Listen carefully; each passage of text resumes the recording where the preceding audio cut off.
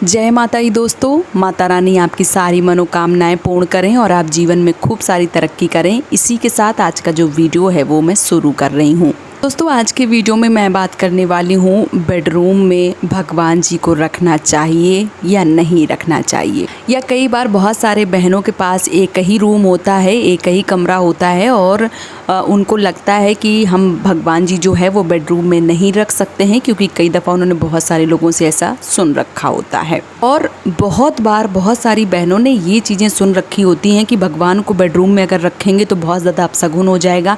इसलिए बहुत सारी बहनें जो परदेश में रहती हैं, जिनके पास एक ही कमरा है और ऐसी बहनें भगवान को रख नहीं पा रही हैं। हो सकता है कि उनका मन जो है वो बहुत ज़्यादा विचलित है बगैर भगवान के, क्योंकि जहाँ पे भगवान और जहाँ पे तुलसी माता विराजमान नहीं होती हैं वो घर घर ही नहीं होता है। तो बहुत सारी बहनें हैं जिनके प्रश्न आ रहे हैं, व्याकुल हैं एकदम से। उनको लगता है कि दीदी एक ही रूम है, बेडरूम है केवल, और बस और हमारे पास कुछ नहीं है, एक ही कमरा है जिसमें हम बनाते खाते भी हैं और उसी में रहते हैं, और भगवान जी को रखना चाहते हैं। लेकिन हमने सुन रखा है कि भगवान को अगर हम बेडरूम में रखेंगे तो बहुत सारे कार्य जो हैं वो जो नहीं होने चाहिए वो उसमें रूम में वो कार्य होते हैं। तो ऐसे में भगवान जी को हम रखेंगे तो कोई दिक्कत, कोई परेशानी ना हो जाए या कुछ गलत ना हो जाए, इसलिए हम भगवान को अपने रूम में नहीं रख पा रहे हैं। आज का वीडियो अगर आप पूरा ध्यान से सुनेंगे तो आपको सारी चीज़ें बहुत ही अच्छे से समझ में आ जाएंगी और यकीनन आप संतुष्ट हो पाएंगे और आप अपने घर में भगवान जी को रख पाएंगे। लेकिन आप लोग अगर इस वीडियो को पसंद करें, अगर आपको मेरी बातें पसंद आएँ तो आप इस चैनल का सपोर्ट कर सकते हैं और इस चैनल को सब्सक्राइब और वीडियो को लाइक जो है वो ज़रूर कर सकते हैं।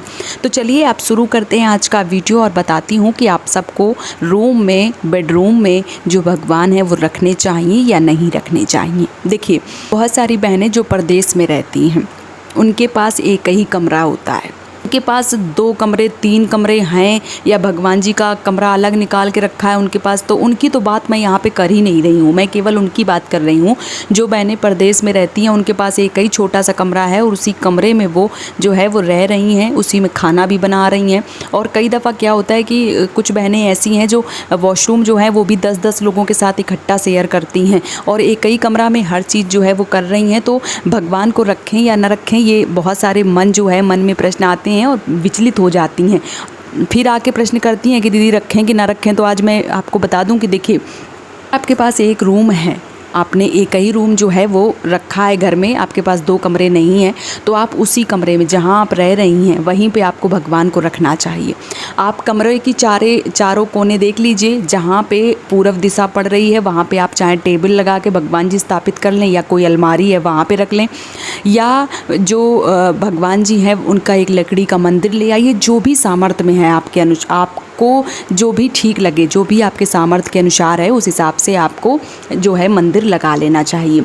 आपने कोई अलमारी बनवा रखी है तो आप उसमें भी भगवान जी को विराजमान कर दीजिए। सबसे अच्छी बात यह है कि जब आप उसी कमरे में रह रहे हैं जहां आप खा रहे हैं, जहां आप सो रहे हैं, जहां आप भगवान का नाम ले रहे हैं, स्मरण कर रहे हैं उनको, और उसी कमरे में आपने भगवान को रखा हुआ है, इससे अच्छी कोई बात भला हो सकती है?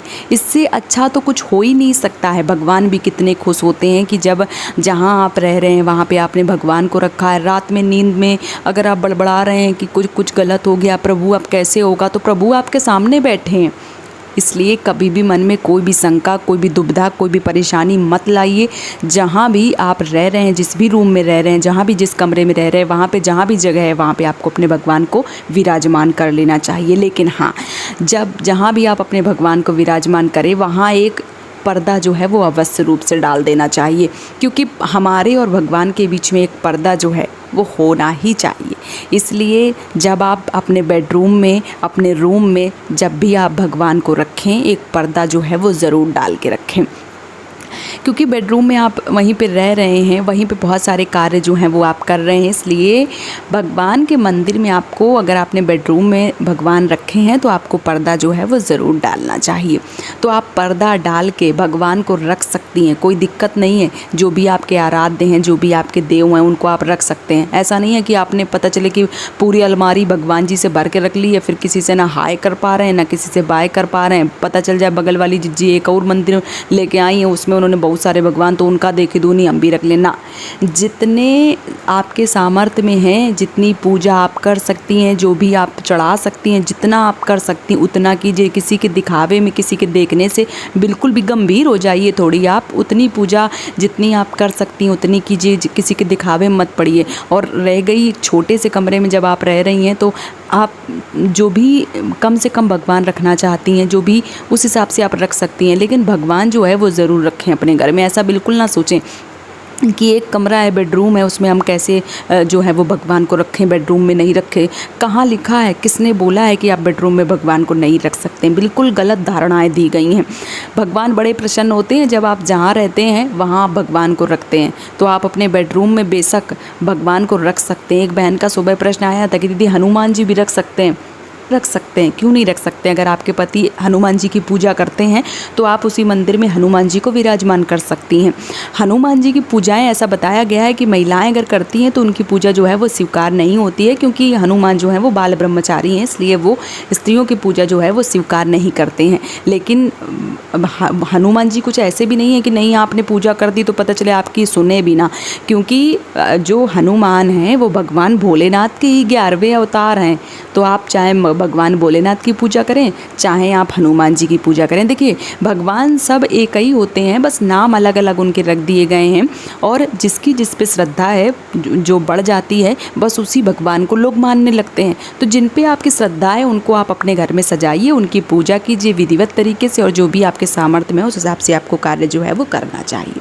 कभी भी मन में ये मत लाइए कि नहीं रख सकते हैं। मैं आपसे कह रही हूँ कि हाँ, जो बोले आप उससे बताइए कि किस शास्त्र में, किस पुराण में, कहाँ पे वर्णन किया गया है, पेज नंबर में बताइए कि बेडरूम में आप भगवान नहीं रख सकते हैं। कोई बता नहीं पाएगा, क्योंकि इसका कोई वर्णन, जो पुराण है उसमें कोई वर्णन किया ही नहीं गया है। इसलिए जहाँ भी आप रखें, कम से कम जगह है वहाँ भी आप अपने भगवान को रखिए, पूरी विधिवत तरीके से पूजा कीजिए, कोई दिक्कत, कोई परेशानी जो है वो नहीं होगी। हमारे माधव कहते हैं कि जहाँ आप रह रहे हैं वहीं पर आपने थोड़ी सी जगह हमको दी है, इससे ज़्यादा खुशी की बात कुछ हो ही नहीं सकती है।